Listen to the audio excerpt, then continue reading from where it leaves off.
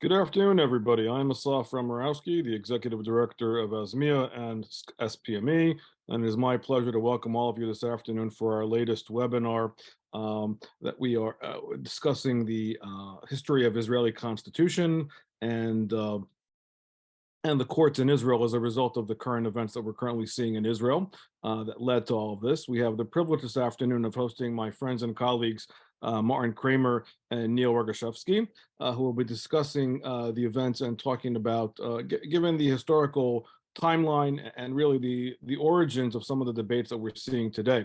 Neil recently wrote a book entitled Israel's Declaration of Independence, the History of Political Theory of the Nation's Founding Moment. And a lot of the historical work he discusses in that book, and he'll be discussing it this afternoon. Martin is a authority and a historian on the politics of the Middle East and been engaged in contemporary Israel and contemporary Islam. He is a prolific writer and observer and has been writing a great deal on these topics. Both have been featured in Mosaic magazine, discussing a lot of the issues we're going to be discussing this afternoon. And so there's a lot of rich and a lot of rich and important information that needs to be unpacked, especially given the current reality. The format will go as such. Each of our speakers will talk for about 7 to 10 minutes. Then they'll each have an opportunity to respond to one another, and then we'll go to a Q&A. I'm grateful to both of you for joining me this afternoon, and the virtual floor is yours. Well, thank you very much, Asaf. It's a delight to be here and to be with you all under the friendly auspices of ASMEA, an organization I've long admired. It's also a special delight to be here with Dr. Martin Kramer, one of my heroes, and really a trailblazer in this domain of studying the foundations of Israel. After having had such a stellar career studying the Middle East, a contemporary academy, so many other topics, Kramer really saw that there were underappreciated treasures in Israel's political history and has done such important work to expose these at such a crucial moment. So I'm delighted to be here with him and with all of you. So what I'm going to do in my allotted time, I think my task is to give a synopsis of Israel's Declaration of Independence. Basically what I'm going to do is I'm going to articulate what I consider to be the main pillars of Israel's Declaration of Independence. Its main, one could do a whole undergraduate course studying the Declaration. And I teach such courses. It's such a rich text. But my assertion is that it speaks particularly on 3 core matters of statecraft. The Declaration gives us something which may help organize our thoughts, both Israelis and Jews in the diaspora, at the current moment as we try to think through the very complex and difficult issues which we are facing. So what I'm going to do is I'm going to articulate those principles as I see them. And then I'm going to draw out what I consider the lessons from the Declaration's teaching in these 3 domains are, and how they might serve as a unifying and indeed calming feature around which we might be able to assert some unity amidst the partisan strife in Israel and around the Jewish world today. So the 3 pillars of Israel's Declaration of Independence, as I see them, are as follows. Israel's Declaration articulates a notion of the absolute sovereignty of the Jewish people. So sovereignty, pillar 1. The Jews henceforth are going to exist in the world of states and are going to attempt to master their fate insofar as is humanly possible. Sovereignty. The second pillar is what I call the relationship of religion and state. The Declaration has an important, I'd say, crucial teaching in this domain as well. And the third, the nature of rights. So sovereignty, religion and state, and the nature of rights. Because of what the Declaration says on these matters, and perhaps more so how it says it, I believe the Declaration rightfully can be the document around which Israelis and diaspora Jews can unify and turn to in these turbulent times. Now, I have some doubts as to whether that declaration should be legislated as a basic law or a preamble to a future constitution, as has recently been suggested by Yair Lapid, my friend Ruth Calderon, and many others. But I do think that it ought to be the starting point for any rational inquiry into the nature of Israel. The Declaration of Independence, I'm going to argue, expresses something of the spirit of the laws of Israel, if it is not itself a law. So what does the Declaration have to say about sovereignty?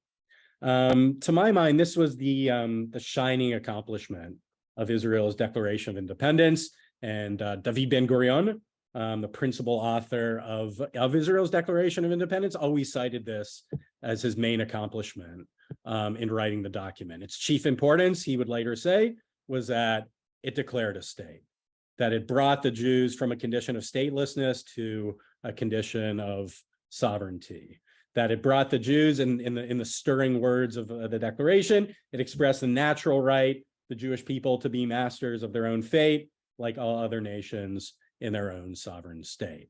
So the Declaration speaks with sparkling clarity on this issue of sovereignty. Now, to us today, this kind of sounds obvious, right? A states, we say the word state, and we sort of understand that a state will be sovereign. But this is hardly evident and hardly obvious at the time. Indeed, as we argue in this book, you were kind enough to mention Israel's Declaration of Independence. The principal drama in the days leading up to independence was regarded how far the principal actors of the Yishuv, the pre-state Jewish settlement in Palestine, should hew to the United Nations process, which had been established and articulated in November 1947, and which established a kind of process of managed independence for the states to be in Palestine. Everyone remembers UN Resolution 181. Today, we think of it as as recognizing the right of the Jews to have a state, but actually it was a very complex document. It set forward a diplomatic path to independence, and which required future states in Palestine to go through a whole host of hoops and to meet a whole host of conditions if they were to be considered sovereign and independent by the United Nations. So there were voices in 1948 which said that the UN should be disregarded completely. This is sort of on the revisionist side of things of the Jewish spectrum. There were those who said that Israel's Declaration of Independence needed to basically follow the letter of Resolution 181 in the UN process and commit the future state, at least in word, at least pay extensive lip service to the United Nations process. Between that, this is the path that was ultimately taken, David Ben-Gurion, with an assist from Golda Meir, says, no, this is our moment to say we are going to be an absolutely sovereign state. Golda Meir says, we're going to go all the way. And Israel, as it does in its Declaration of Independence, recognizes the principle expressed in that UN resolution 181 that there ought to be a Jewish state in Palestine, but it doesn't commit the state to be to any of the specific details of UN Resolution 181 because those details were inoperative. The Arabs hadn't held their side of the bargain.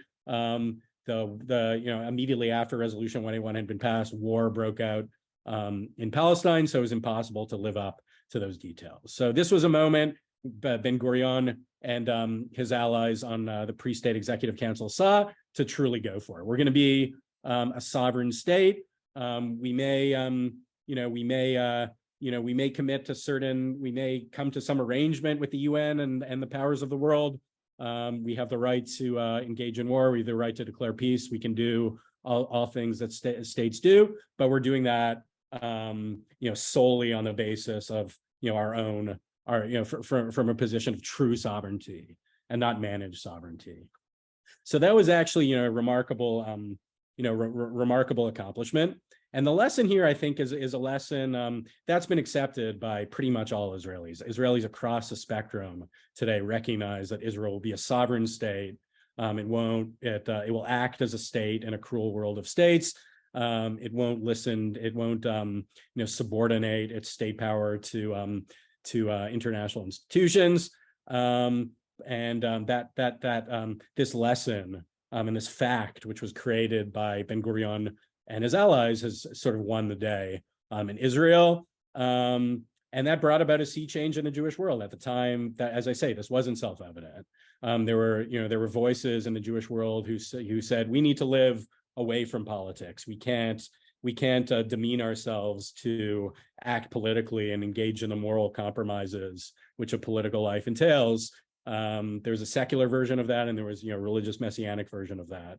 And Ben-Gurion, here drawing on the rich tradition of Zionism, brought this lesson home. No, we are going to act politically, and I think that's a profound lesson. As I say, Israelis have recognized this, but there's a great lesson for diaspora Jews to realize we are going to accept the responsibilities of politics, of living in a world of states. So that's sovereignty. That's point one. Point two is pillar two, or point two, religion and state. And the declaration clearly, unabashedly proclaims that Israel will be a Jewish state, but it defines this capaciously. It makes every effort, and no one could read the Declaration of Independence and say that Israel will be a theocracy. That's nowhere stated.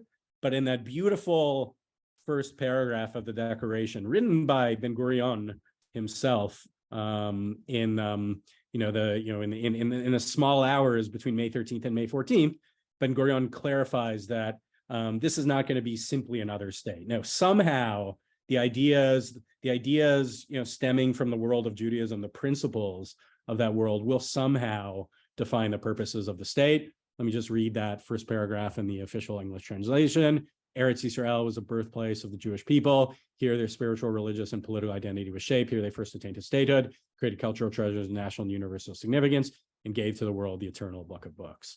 In other words, the Jewish state would not simply be a nation. Yes, all peoples had a natural right to statehood, as Ben-Gurion expressed in the sovereignty side of the Declaration, but its purposes were going to be greater. Israel would be a particular people with a universal mission, somehow expressing Jewish ideas, Jewish principles, cultural treasures, actually a better translation of the Hebrew, would somehow have to inform the life of the state, though not in its laws, not in its daily operations. Third, the state would be a state of rights. I'll just a state in a way of inherent rights of citizens. Again, reading from the paragraph of the Declaration, which Israel's Supreme Court very early in Israel's history dubbed the Ani Ma'amin, the vision and credo section of the Declaration. The state of Israel will be open for Jewish immigration and for ingathering of the exiles, will foster the development of the country for the benefit of all its inhabitants. It will be based on freedom, justice, and peace as envisioned by the prophets of Israel. It will ensure complete equality of social and political rights to all its inhabitants, irrespective of religion, race, or sex. It will guarantee freedom of religion, conscience, language, education, and culture. It will safeguard the holy places of our religions, and to be faithful to the principles of the Charter of the United Nations.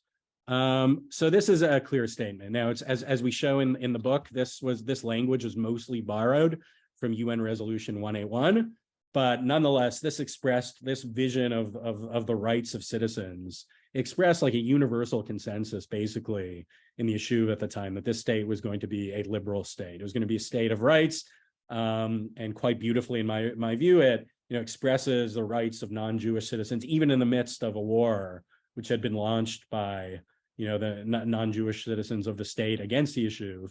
The Declaration promises rights as well. So there really are, so these to my mind, there's so much more in the Declaration. To me, those are the three central theoretical statecraft pillars of the Declaration, and they really have lessons for us today, for people on both sides of current debates.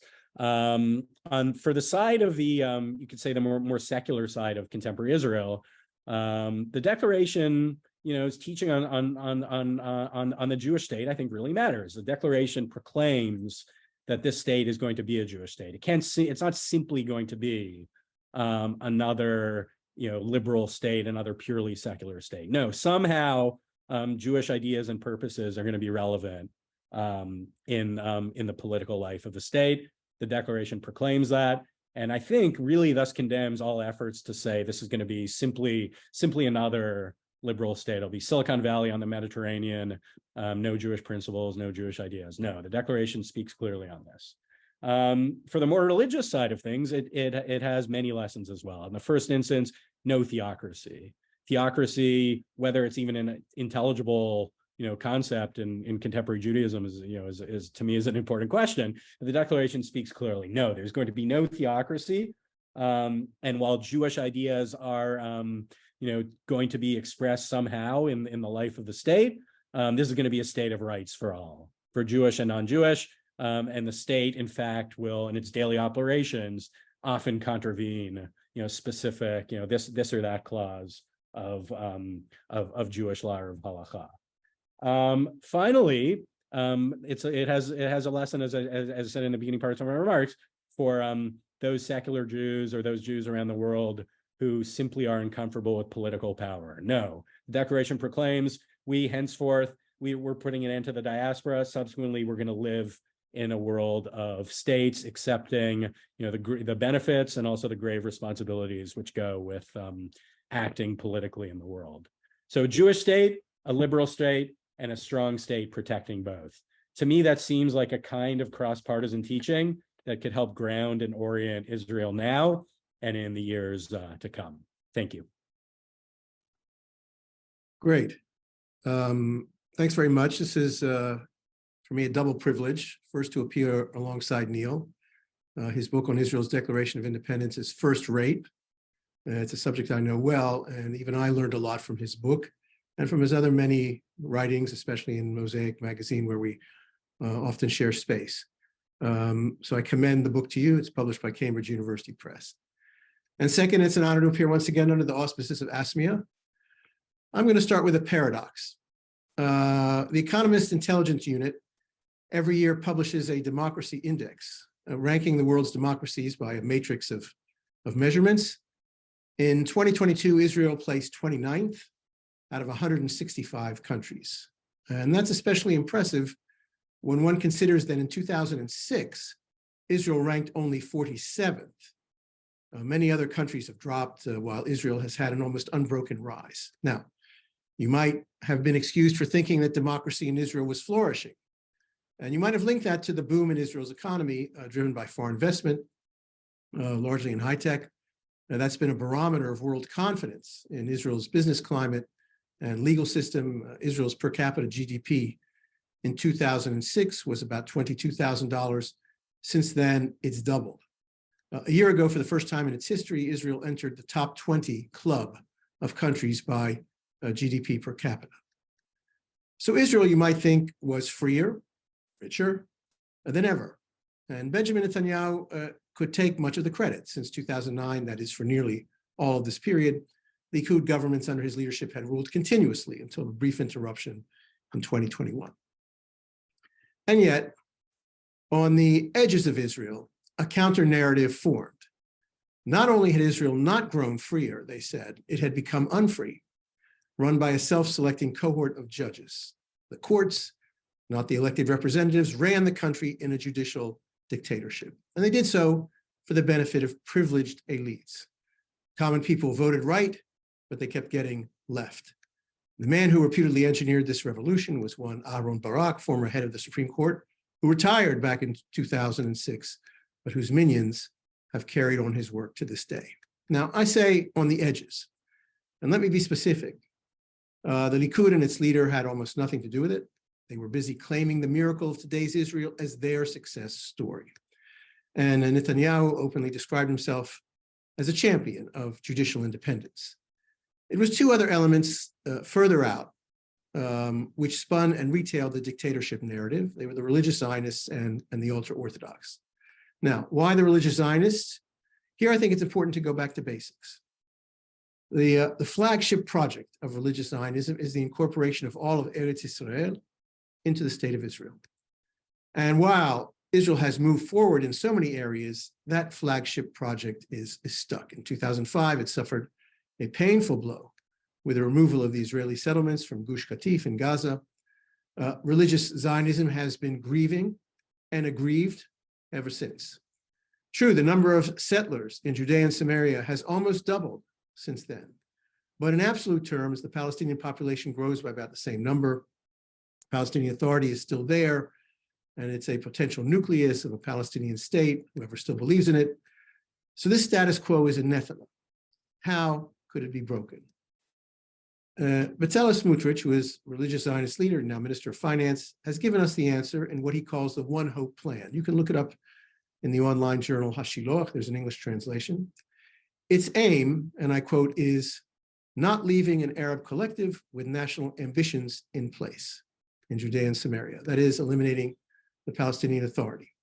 In parallel, Israel should, and I quote, encourage part of the Arab population to emigrate to other countries. How? Again, I quote, we need to help it happen. We have not expounded on the matter here, but our new plan needs to be accompanied with a variety of measures to improve the demographic balance. And thanks to such measures, some Arabs will leave. As for Arabs who remain, again, I quote, we need to explain to the world the option of democratic rights without the right of vote for the Knesset. Now, of course, the main obstacle to all this is the notion of equality under the law, which is the basis of every Western judicial system. Upholding that as the core function of judicial review pretty much wherever it exists. And that's the real reason that religious Zionists have been the spearhead of the campaign against the courts. That's how it began, and that fuels it, I think, with passion. Now, in fact, the courts have never been an obstacle to Jewish settlement, and in most ways they facilitated it. I think in that they reflect the view of a broad Israeli consensus that sees a purpose to the settlements for all sorts of reasons. But whether or not Palestinians are a people, they are people.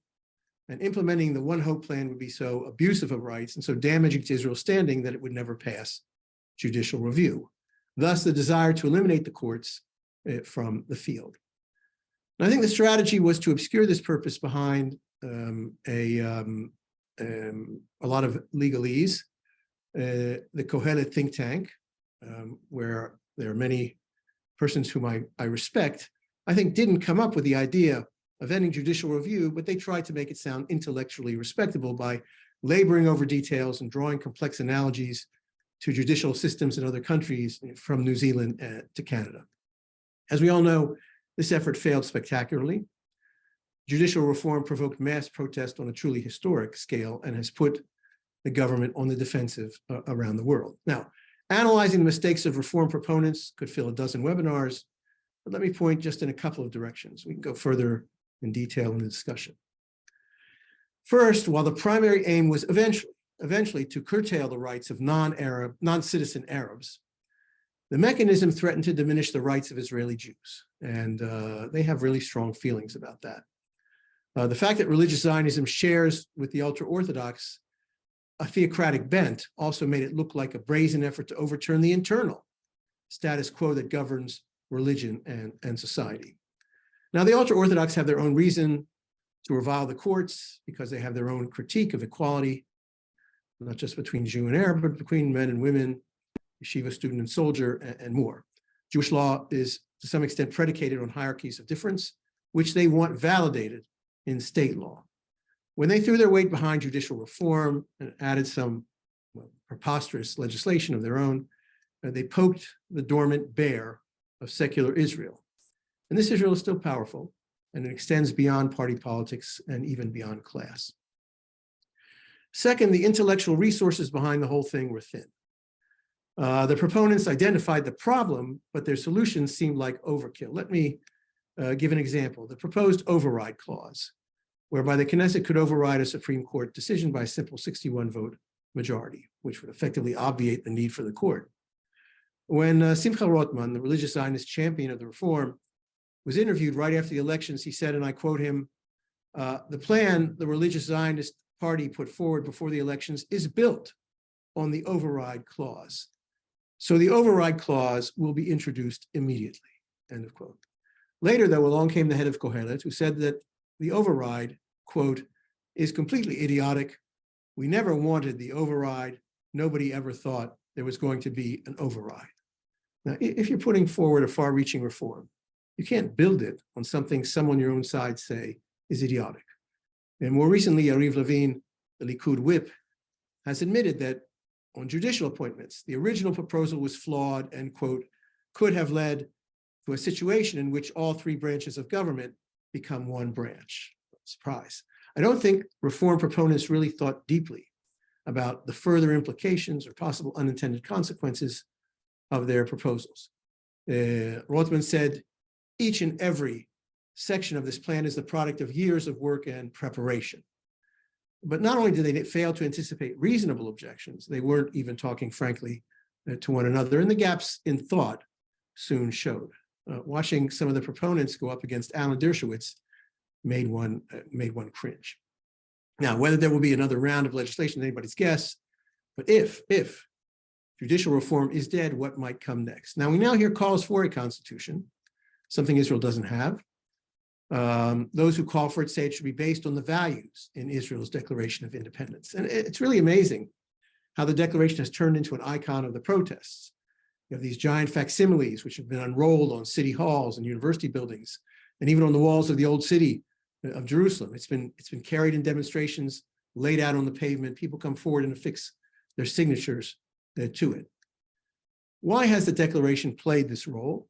Well, it is the one document that had the widest buy-in from all parties at the time it was written in the weeks before the declaration of the state. It might be said to contain the DNA of Israel, principles that can't be overwritten by a passing majority. Now, it's certainly not a constitution by any stretch. Neil certainly would agree with me on that. But as he's already indicated, it has the stuff of one, and especially these principles. Israel is a Jewish state by virtue of natural and historic right. Its citizens are equal, irrespective of religion, race, or sex. The state guarantees freedom of religion, conscience, language, education, and culture. And the state is peace-loving and faithful to the principles of the UN Charter. Now, conceivably, a Knesset could deviate from any of these, but then Israel would cease to be the state founded on May 14th, 1948. Practically speaking, the declaration, I think, has to be the point of departure of any constitution writing, because if we start from scratch, we'll get nowhere. Now that the declaration is front and center, it's going to be misconstrued by all sides. I see that beginning already. If we have the time later, I'll give you a couple of instances of how. But let me conclude on this note. Israel has been on the right road for a long time now. We've created something remarkable, which is the envy of much of the world. We must be careful not to succumb to fringe narratives of grievance. The conservative approach is to tread carefully, deliberately, and slowly. And the point of departure must be the principles inscribed on the scroll of independence by Israel's founders 75 years ago, because there is no other Israeli alternative. Great. Thank you both for your observations and your very telling comments about all of this. And obviously, there's a lot to talk about. I want to give each of you the opportunity to respond to each of the comments that each of you respectively made. Neil, I'll start with you and see, if you want to respond to Martin's comments before you go on, and then we'll go from there. Sort of very, very hard to respond to a presentation with which one agrees almost entirely. I really have very, very, very little to add to that. Very little to question. Maybe I'll just put it this way. So, I mean, I think Martin, we agree on that. On the point with which you ended, that the conservative approach would have been to tread lightly. To maintain the status quo. In practice, that would mean status quo, maintaining that as far as one could. When we have to then recognize with this objection has been put to me, the fact that the status quo was brought down at this moment, right? We could maybe say that it was simply accidental, but the fact that it wasn't, so that this challenge emerged does perhaps speak to, the impossibility of just continuing on the way that we've been going until now, whether for demographic reasons, the feeling of growing strength of the religious side of the spectrum. So how would you respond to that?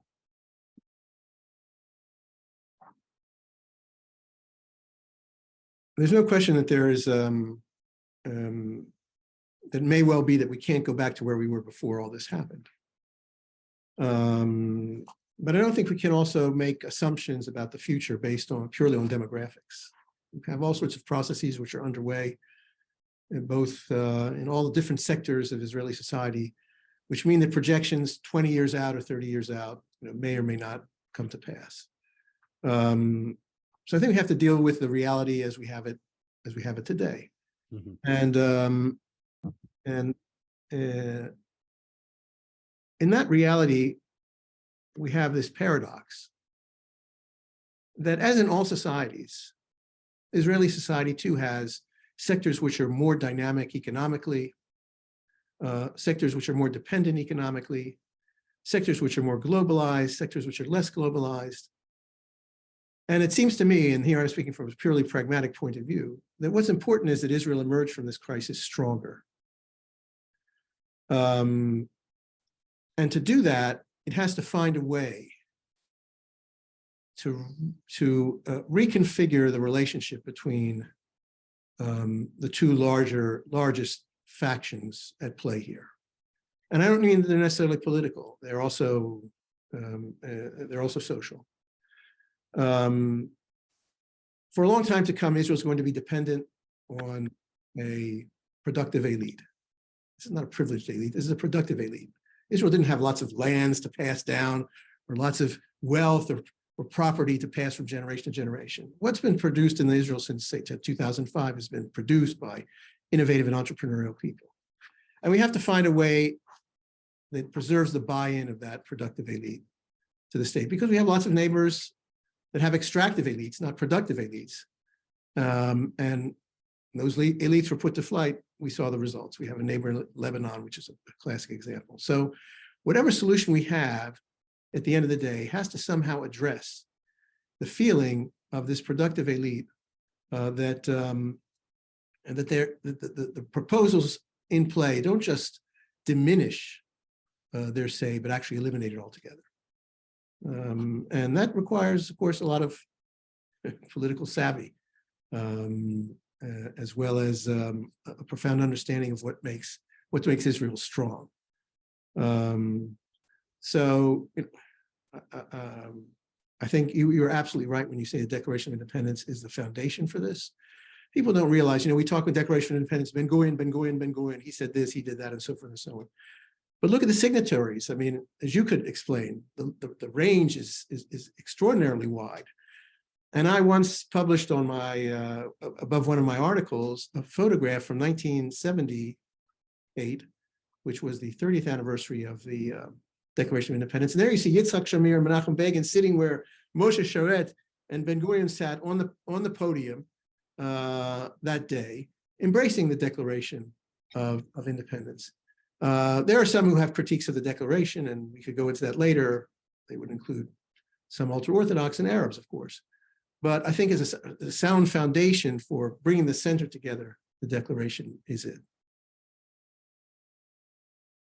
Just to add to that, your beautiful anecdote in Menachem Begin's radio address that he gives on May 15th, Motzei Shabbat, 1948.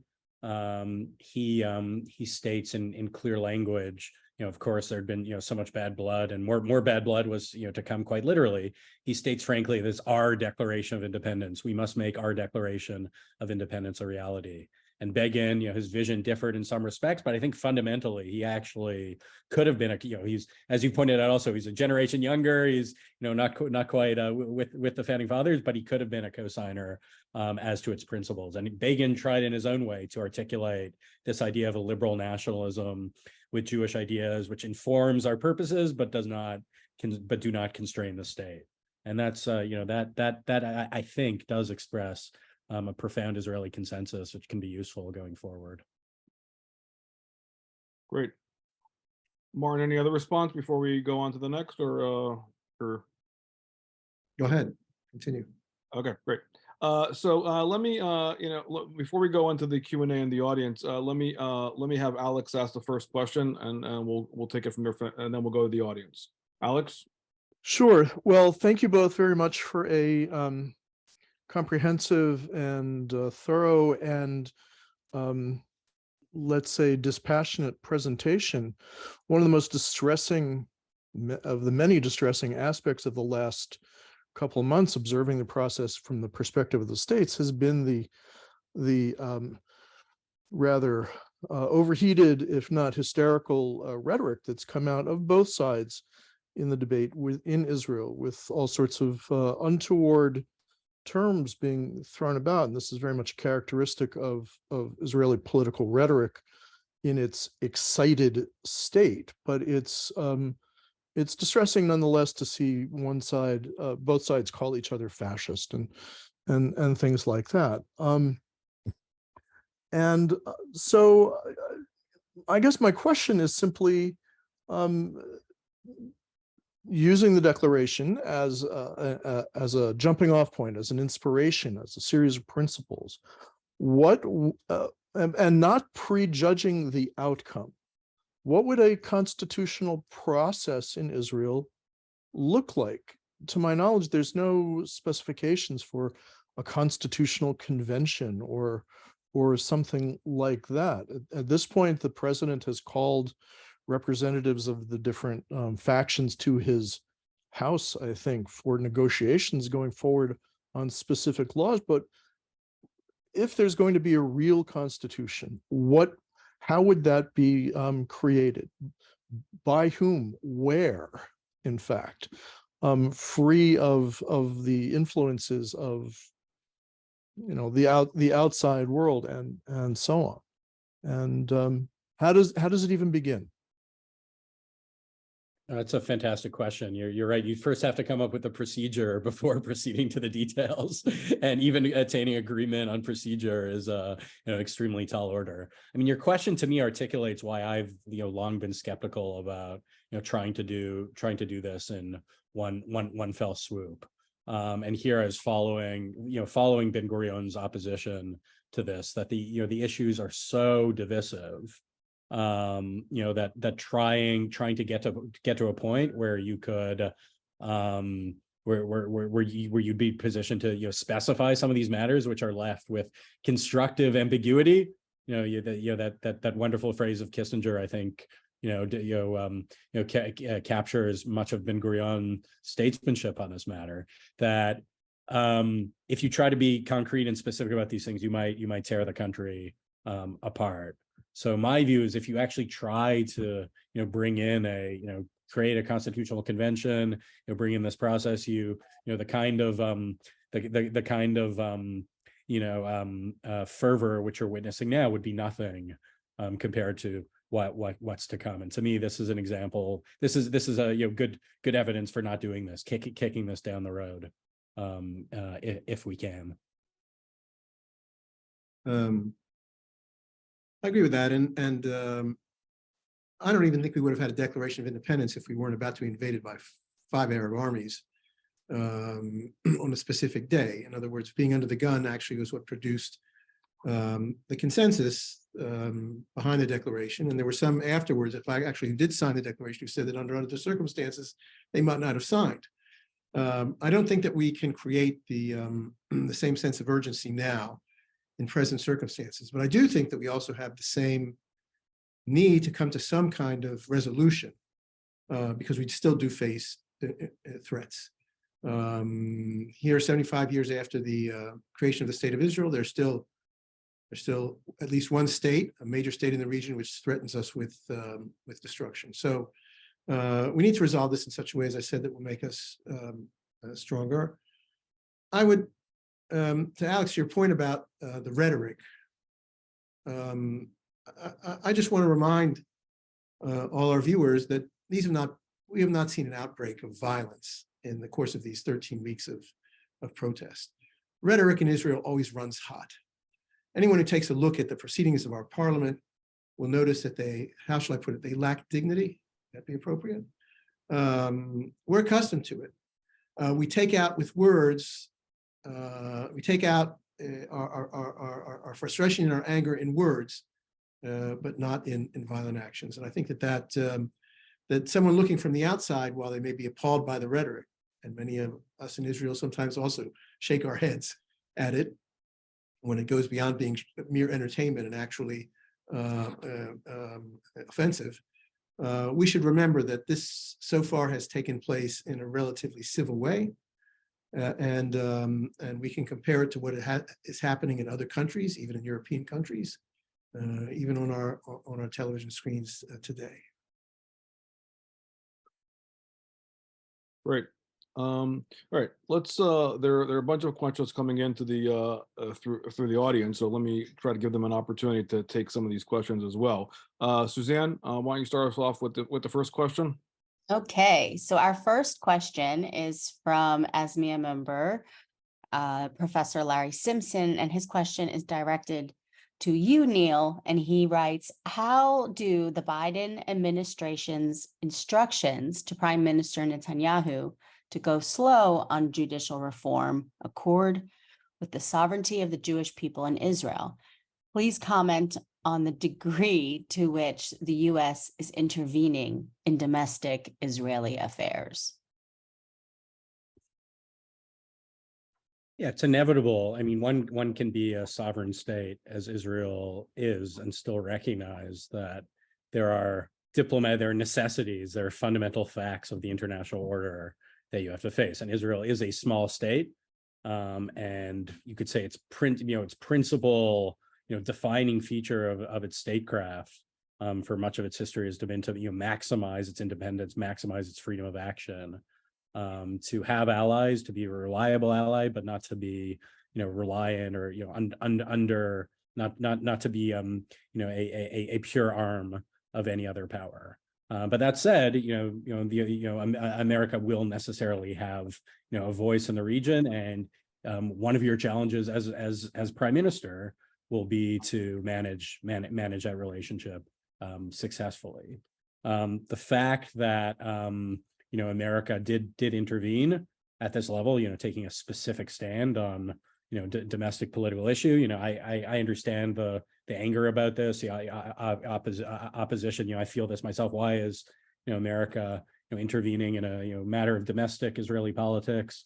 What does America think when other countries try to do that? So I understand the opposition to it.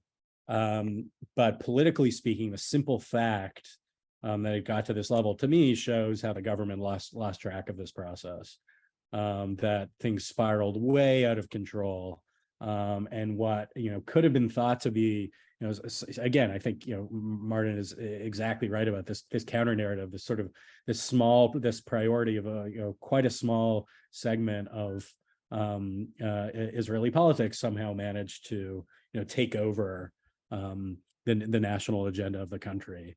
And this sort of left the government flat-footed and trying to catch up to things. So it was a sign of to me, a sign of the failure of this whole process.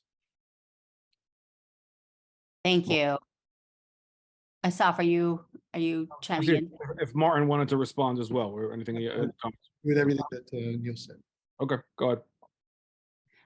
Okay, our next question is from ASMEA Academic Council member, Professor Kenneth Stein, and he writes, what role should Israel's basic laws in evolving a constitution? Could the DOI be the Constitution's preamble and the basic laws a second part, and revising or not revising the basic laws as the next stage or phase? Perhaps a national referendum could be offered to create a constitution development process. Either one of you gentlemen. Professor Kramer? Well, I think that was always envisioned to be the process. It was decided that, that one could not have a go at a constitution in one swoop, and that these basic laws would stack up over the years. The first, you can correct me, it was 1958. the law of the Knesset. These laws would stack up over the course of many years, and at some point they would all be tied together in some kind of a constitutional document. There have been proposals over the year to turn the Declaration of Independence itself into a basic law. In many respects, it doesn't lend itself quite to that, but certainly its principles could have been extracted in the form of a preamble. What has happened is that now we have this counter narrative, as I say, which challenges some of the fundamentals of a number of the basic laws, which were passed in 1992, 1994. And so even about the basic laws, there would seem to be no consensus anymore. They were passed with small majorities, et cetera, et cetera, et cetera. So this is this would be one process, but even that would take a lot of I think renovation to get us back to where we were before this crisis. Neil? Yeah, no, I agree with that account. The one thing I'd say is that, in much of the news reporting and, kind of, discussion on these matters, the line that Israel has no constitution has been, put forward a lot. And while that's actually, and, that's, the natural next move is constitutional convention, that obviously has partial truth. There's no single document. But if you asked Aaron Barak, or you asked other judges or other people on the legal side of this matter, they'd say we do have a kind of a quasi-constitution. The basic laws have been. This was a process that had been, whether it had been envisioned. This is what occurred, beginning with the Harari Compromise in 1950. This is how we decided as a nation we're going to have constitutional texts, and these evolved over time. And we have something resembling a constitutional. We have a constitutional structure. We have ideas, and we have specific texts which are constitutional in character. And that argument has to be dealt with. It certainly does have a certain force. Why is it the case that there has to be more than one way to skin a cat? Why does every country need a constitution which is understood as a single final document which has been ratified and has been accepted, and which sets out the process for future amendments and so on? I don't necessarily see that as the case. Again, I defer to Ben Gurion here. If you've said, Britain has constitutional principles, it doesn't have a written constitution, and yet it's done quite well as a political entity. Now, whether this is if this is breaking down, if there is this lack of consensus, as Martin just said about these basic laws, perhaps we will be drawn sort of from I was kicking and screaming in that direction. But it's not necessary, nor is it inevitable. Thank you. Okay. The next question we have here is from Gabriel Brom, and he writes, the U.S. has a declaration and constitution. Has it settled divisions in American society on fundamental issues, abortion, the utter shambles of higher ed, war, peace, sex, gender, race, polarization in general, around what it means to be American, and so on? How much is Israel's current situation a part of a much broader worldwide conflict between globalism, liberalism, and national conservatism? Well, I'll take a crack at that first. It is true that the U.S. has a declaration, a constitution, and this has obviously not ended all political strife. And one wouldn't expect it to. But what the Constitution does is that it creates a procedure drawn out over time and requiring numerous sub-procedures to take place in order to bring about its amendation. And this is, I think, the fundamental advantage of a Constitution. It's got to be a living document. One of the objections, by the way, to the Declaration of Independence as a constitution is that it can't be amended. And that's absolutely correct. You cannot have a document as a constitution which cannot be amended.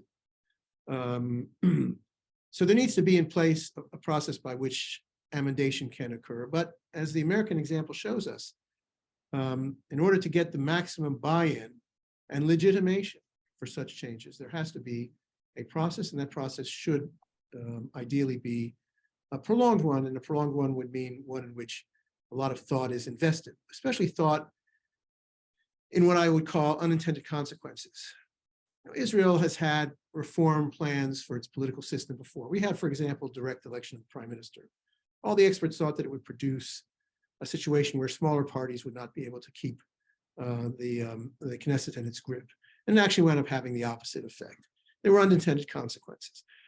If the process of making such changes it can be prolonged and can benefit from maximum input by creative minds, then perhaps you can assure that amendations and reforms won't produce actually the opposite of your intended effect, or some other effect that you hadn't intended in the first place. Look, all societies are divided. You ask about whether this is a reflection of what's going on in the wider world. All societies are divided one way or another. There's always a blue team, there's always a red team.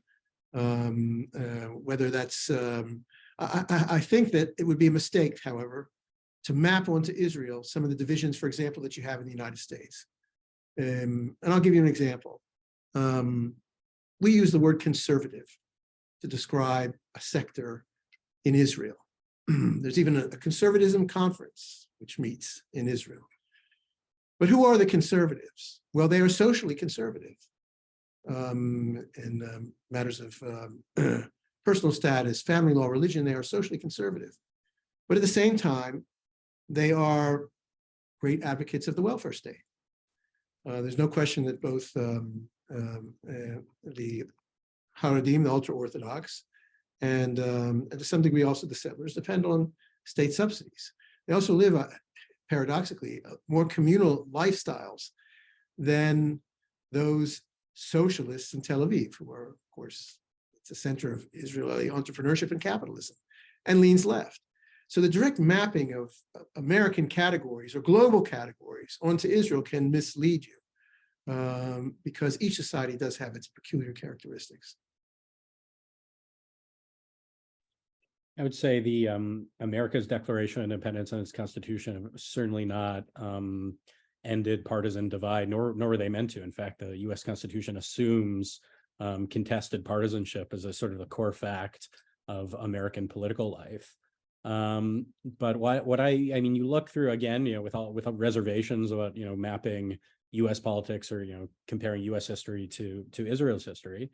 You have to say that America's beautiful Declaration of Independence has at moments of tremendous political tumult served as a way, as a transpartisan way to allow Americans to articulate the direction of the state and the spirit of the laws, right? The principles underlying the moral direction of the state, underlying ordinary law. This, of course, famously by Abraham Lincoln's interpretation of the meaning of America's Declaration of Independence, Martin Luther King, so many others, looking beyond, looking to those principles as a way to orient the country at moments of great tumult.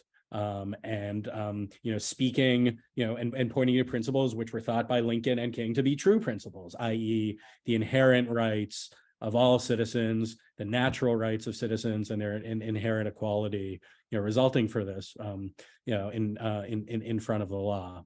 And that is something that I think can be a model for Israel as well. The Declaration's teaching on the inherent rights of all, regardless of religion, regardless of gender, et cetera, can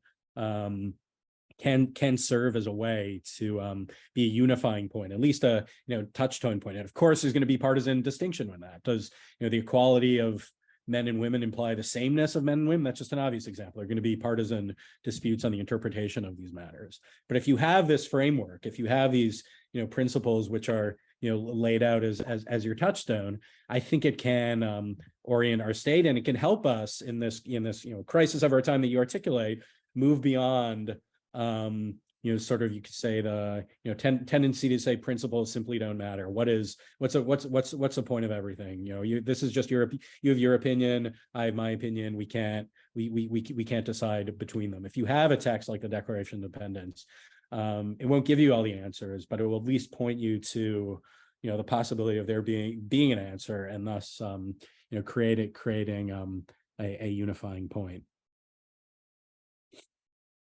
Thank you. Okay, the next question is from Boris Havel, and he writes, should the Supreme Court overrule a basic law? And how strong is the argument that weakening of the Supreme Court makes IDF officers vulnerable to international criminal courts? Maybe I'll take the second part of that, Neil, and you can do the first part. And